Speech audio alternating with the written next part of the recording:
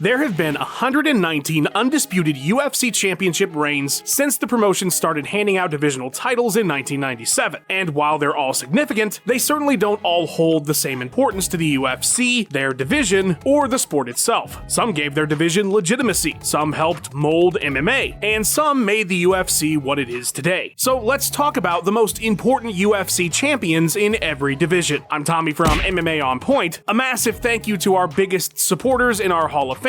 Let's start at the bottom and work our way up with Strawweight. Selling a women's division smaller than the smallest men's weight class to the most casual of MMA fans was not going to be easy in 2015. How does any of this stuff happen that we've done in the last 13 years? This is what we do. Even with an entire season of Tough introducing it. Enter Joanna Trailblazer just 3 months into 115's existence in the promotion. She had everything. She talked badass. I think I break her, you know what I mean? Yeah. I'm really nice, you know, but not in the cage. She fought badass. She won badass. It cannot be said enough how vital her 5 defenses were to establishing that division and turning it into one of the hottest in the whole promotion. Joanna Jędrzejczyk, ladies and gentlemen! Pat Barry said to a woman from my team that she's a bitch. Boogie Woman is coming tomorrow, and she doesn't know what's coming. Boogie Woman is coming for heroes! Rose Namajunas' huge star turn was precisely because she beat Joanna. You keep talking to her. What are you saying to her? I'm just saying the Lord's Prayer. Well, good luck to you, Rose, and we'll see you tomorrow night. Thank you very much. And so, while she and Zhang Weili, Shut up. who had the greatest fight in the women's division's history with Joanna, are important and influential, it is Jędrzejczyk all the way here. Women's flyweight. It's Valentina. Yeah, I mean, of course it's her, right? But just like Joanna, her reign was so vital to establishing this division, especially after the disaster that was its start with poor Nico Montano. She has one thing repeatedly she said in the lead-up to this, that she doubts whether you'll show up on Saturday. Where do you feel like that's coming from? And she lives in La La Land. I don't know, she's a weight cut brain. You know, I'm very frustrated and of course I'm very upset. She was trying to avoid this fight for the several times. I think it was her plan from very beginning and in very last moment to try to find the reason to avoid this fight. And she did. The bullet laid the groundwork for a much-needed division that bridged the gap between Strawweight and Bantamweight, and because of her, it will now thrive even if she never gains the title back from Alexa Grasso, who herself could end up being hugely influential as well. Regardless, well done, Val. Men's Flyweight. Another pretty easy choice here, Demetrius Johnson, the winningest champion in UFC history, but he's not the only one deserving of mention here. Now, it is true that if that man didn't hold on to the title as long as he did, we might not even have a flyweight division anymore. It's all the gold. very heavy. It's the gold comes from the mountains of the Himalayas. Dana White farmed it himself with his bare hands, and he crafted this nice gold belt for me. It felt like there were constant threats that the whole thing was going to get axed. It is murky. It is murky right now. And we'll just see how this thing plays out. But his greatness allowed flyweight to blossom as a division when it was not going to be an easy sell with guys 125 pounds. After his work was done, though, Triple C then carried the torch and by becoming double champ, helped raise the profile of the division even more. When he left, it looked like 125 might be doomed again, but luckily Figgy and Moreno's rivalry came around and ensured that flyweight will be healthy for years to come. But even with all those champions' amazing contributions, of course it's Mighty Mouse. Women's Bantamweight. She's not just the most important champion in the division's history. Ronda Rousey is one of the most important champions in the history of the sport. Ronda Rousey is a fucking megastar. Yeah. The girl is a rock star. Despite her bad reputation with a lot of fans now, you see what I did there, her walkout music? Nerd. It cannot be stated enough just how vital she was to women's MMA, accelerating it forward by decades in just 1,000 days. Of course, Nunes and her GOAT status cannot be ignored. Her continued greatness cemented the division's importance. And Holly Holm and Miesha Tate also deserve mentions here, as they were the transition between the division's two best, and did so with 2 of the greatest moments that 135 has ever had. But no question, Ronda is number 1 here. In fact, you could argue that no one champion on this list made a larger single impact on the sport itself than she did. Men's Bantamweight. There's a little snake in the grass right there. Hey, little boy. While the contributions of lovable underdog turned hateable snake TJ Dillashaw, and to a lesser extent Henry Cejudo, who took a double champ detour at 135, can't be ignored here, you have to remember that at the time of the division's introduction in 2010 after the WEC merger, the smallest weight class that had prior existed was 20 pounds heavier. And so, as with all these other smaller divisions we've discussed, they needed a strong established champion, and luckily 135 had that in Dominic Cruz, who came into the promotion with the title carried over from the WEC. Are you really injured?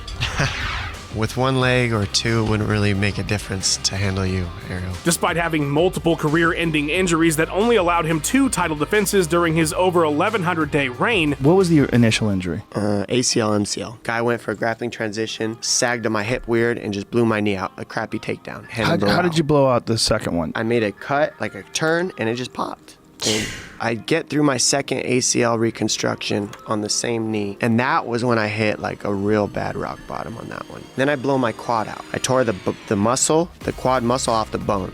So it like separated from the bone. Dom and his incredible talent loomed large over the division all the way up to his return to gold in 2016. And while it's not clear where Aljo's legacy will lie in time, what is certain is that right now men's bantamweight belongs to Dominic Cruz, and the legitimacy he brought to 135 cannot be understated. Women's featherweight. You're probably thinking I'm going to say Amanda Nunes, and while yes, she has clearly earned her spot as the greatest of all time, the most important champion to that division has to be Cris Cyborg.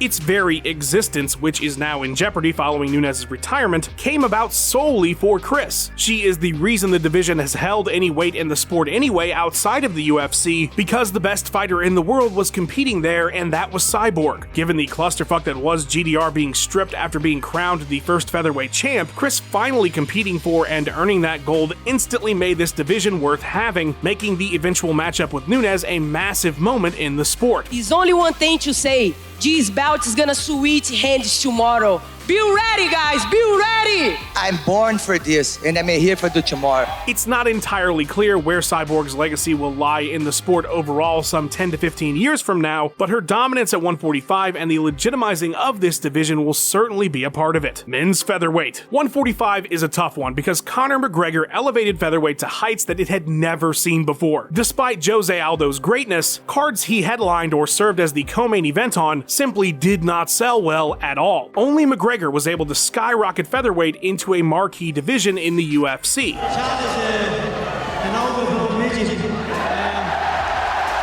night, I'm going to come in half. I'm ready to go for Ireland, for my country. And then there's someone like Volk, who could very well end up being the greatest the division has ever seen. Is it crazy to think that any second he could just kill us? 100, yes. I've been thinking about it the whole time. If you were to kill us right now, how would you do it? Strangle. You also can't discount Uriah Faber's history in the WEC prior, as those divisions are basically the same thing. His popularity was important to 145 during that time. And he runs into Uriah Faber, Chad Mendes' teammate. And look at it, they go right at it, and you can see Uriah Faber's like confused. But it still has to be the King of Rio, Jose Aldo. His legacy defined the division and truly gave McGregor something massive to accomplish. Without Aldo, the prestige of that moment simply does not exist. And so while others have contributed a lot, Jose is the most important champion 145 has ever had. Lightweight, another division with many contributors, but a clearly most important champion. It's hard to talk 155 without again mentioning Conor, serving much in the same role Aldo did for him, by helping to elevate Khabib Nurmagomedov's title reign and the significance of the division in turn. This guy come to promote his whiskey, but we come to change his face, but this is too different. And while Khabib's legacy is of note, so is Charles Oliveira, who has made a significant impact recently and could potentially do more. Islam's legacy is yet to be seen, and of course there were many other champions, but there is no question the most vital was BJ Penn. You have to remember that following Jens Pulver's stripping, the belt would remain vacant for over 4 years. Ironically, because Penn and Kyle Uno fought to a draw before the title was put on the shelf. But it was basically a dead division, and then when they tried to revive it, it immediately hit disaster in champ Sean Shirk and Hermes Franca, both failing drug tests post-title fight on his first defense. But then Penn swept in and legitimized 155, became arguably its greatest ever champion, and set the course going forward that lightweight would be a premier division, which it remains. There probably isn't any of the the names we've spoken about prior in the smaller divisions without BJ Penn's popularity. Welterweight. What I love about this division is how everyone builds on each other. The future at 170 is looking bright with Leon Edwards at the helm. Of course, his reign being boosted massively by dethroning arguably the second best welterweight of all time in Kamaru Usman, who himself has kept 170 a premier division. And he, of course, took the title from Tyron Woodley, whose legacy will sadly remain vastly underappreciated despite his position as the first stable champion after George St. Pierre and one of the best. And while GSP deserves the title of most important welterweight champion of all time, and that is what we are giving him, it has to be said that like everyone else I just named, he was greatly elevated by beating his legendary predecessor Matt Hughes. If you look at 170 before Hughes, the division's history lie in the dark ages with no guarantee that it would become what it did. Matt made 170 a big deal, and because he was one of the greatest champions the sport had ever seen, he's the most dominating champion the UFC has. He's defended his title 4 times. He's the best. GSP taking that spot was so much more than it could have been. After that, St. Pierre carved his own legacy. I can promise my fan that in every single of my next fight, they will see the best George St. Pierre, the most well-prepared George St. Pierre I can be. And made the title one of the most prestigious in the sport while elevating not just the division, but what it meant to be a professional fighter and star attraction. We'd never seen anything like GSP in MMA. He is still very much the blueprint in terms of outside the cage presence and credibility, and he is without a doubt the most important welterweight ever. Middleweight. Another division with an obvious top guy but vital contributors. Rich Franklin and Israel Adesanya are important to 185 pounds for very similar reasons, despite at first glance it not appearing so. Now, I don't mean in terms of success. Rich ran into a brick wall in Anderson Silva after 2 defenses, while Adesanya's status may eventually surpass the Spider. But what they have in common is helping greatly establish the division to different audiences in different eras. Franklin during the tough boom, and Izzy in the modern era. Rich seemed like the professional athletes we see outside of cage fighting. He carried himself in a way that immediately lent legitimacy to the sport during an era when the perception from the outside public wasn't exactly positive. Mr. Franklin, I'm looking at your resume, boy. You are in a brutal business. You knocked some guy out for 20 minutes. People thought he might have been dead. Why is it worth it to you to do it? Is it money?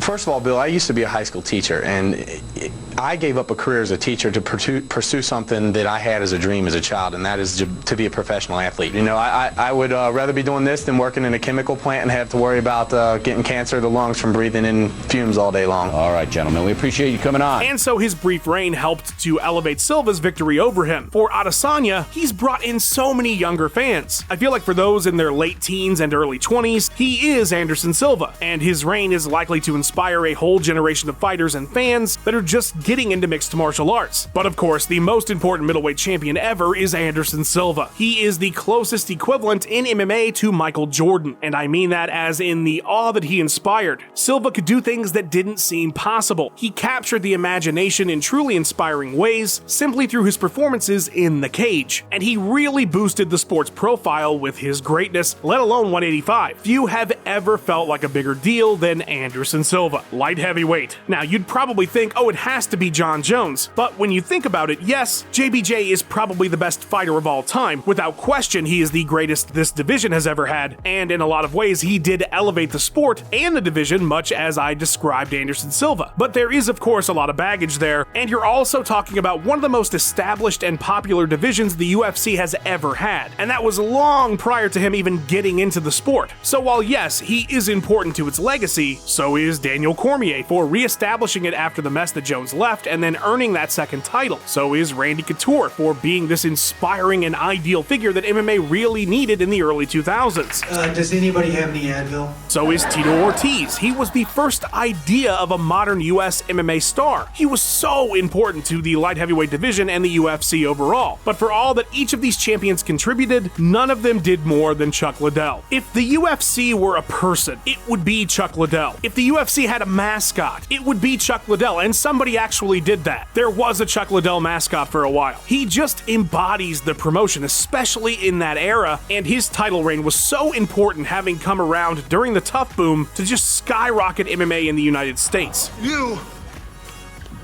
What are you doing here? Chuck! Chuck Liddell and his popularity were vital components to the UFC becoming the powerhouse brand that it is today, and so while 205 has had many great and important champions, none of them can match the Iceman. Heavyweight. Maybe it's because it's the longest standing division in the UFC, or maybe it's because for the first 19 years of its existence, the longest reigning champion only held 2 defenses, but it's really hard to pin down the most important heavyweight title holder. If you go back to the beginning, Maurice Smith's cross-training and beating Mark Coleman was a big deal. Of course, Randy Couture for the same reasons I talked about with his importance at 205, and even more so when you consider his latter title reign. Frank Mir looked to be the future of the sport. So did Andrei Arlovski for a brief moment.